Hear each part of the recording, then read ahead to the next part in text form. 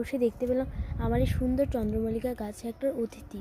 এই দেখো, ওই দেখো কি সুন্দর একটা ভ্রমরে এসেছে আমার এই গাছগুলোতে, ফুলগুলোর থেকে মধু নিতে। এতক্ষণ এখানে ছিল, ভিডিও করলাম, এরপরে ওইখানে গিয়েছে। এখন দেখো সব গাছগুলো থেকে মধু নিচ্ছে ওরা। এই দেখো এই গাছটা থেকেও নিয়ে গেল। খুব সুন্দর, তাই না? এভাবেই আমি প্রতিদিনই দেখি দু একটা ভ্রমর আসে, কিন্তু সবগুলো ভিডিওর মধ্যে বন্দি করা যায় না। আজকে ভাবলাম বন্দি করেই ফেলি, তাই আমি প্রতিদিনই দেখতে পারবো এই সুন্দর ভ্রমরটা। দেখো ফুলগুলো কিন্তু মাশাআল্লাহ ভালো হয়েছে, আর ছাদে উঠলে এই ফুলের গ্রানে আমাকে আকর্ষিত করে। খুব সুন্দর এই ফুলটার গ্রান। তোমরা কী বলো? আবার দেখো গাছে কত পোকারাও এসে করে ফুলের গ্রানগুলো নেয়। দেখো কত কত ফুল।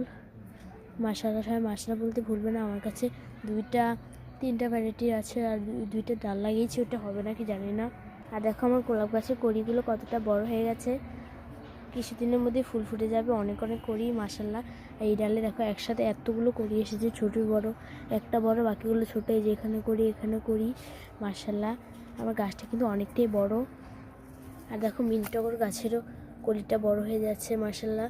এই আমার মিনি টগর গাছ খুবই ভালো লাগে। এটা ডাল আমি অনেকবার লাগিয়েছি, হয়নি, তাই চারাই লাগাতে হয়েছে। আর আমার অরিগানো গাছটা চারা হয়েছে নাকি জানি না। কিছু পর্যন্ত টাটা।